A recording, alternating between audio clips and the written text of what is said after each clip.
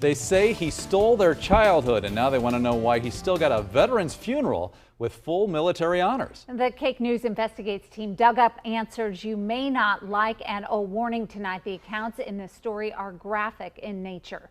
Investigator Pilar Pedraza is here to explain. I was 12 and hurt in one way. He touched me places I cannot say.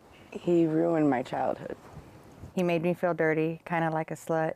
And he preyed on us. Natasha Harper and Crystal share a pain that shaped their lives, a pain they say the same man caused. Crystal was 12. He drove around dirt roads around here for hours, and then he stopped. He sexually abused me out in the middle of nowhere around here, and then he gave me $5 and told me not to tell my mom because she would lose her job. Natasha, just 7. My brain blocked it out. Like, I didn't know I was raped. But I do remember going to the bathroom to get away from him. Horror stories that came flooding back when they saw a broadcast from last May of the man they say hurt them being celebrated as a hero. Memories, nightmares. It just took me back because he didn't deserve honors. And he just didn't deserve it. Both women say former Navy technician Theodore Phillips was the man who abused them decades ago. In Crystal's case, her family didn't seek prosecution, but Natasha's did.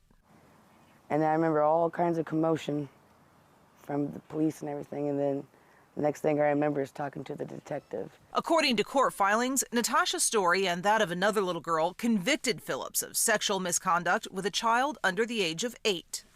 And now we're finding out there's a handful of other ones out there. Do you have any idea how many girls or women were affected at this point?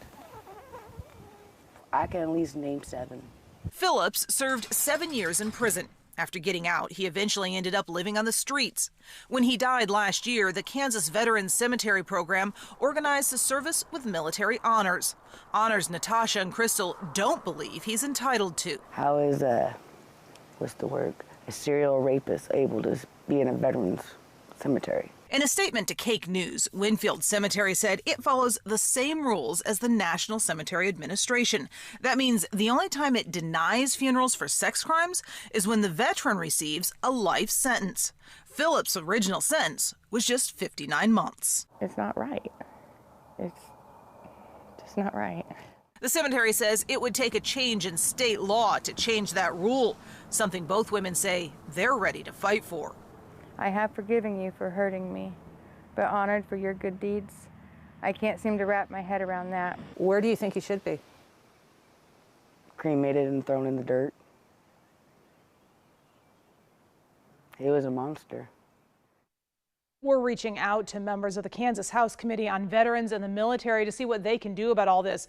We'll let you know what they say. And David, Deb, one interesting thing about all of this is when I spoke with these women and we sat down for this interview, several other women who said they had also been victimized by Phillips came as well just to show their support. They've formed a very tight support network amongst all of them. And he did have 2 convictions, correct? Yes. Yeah. A lot of courage to come out and speak about that publicly. Yes, very much so. Something I was very surprised about. Right. It's pretty amazing. Right. Thanks, Pilar.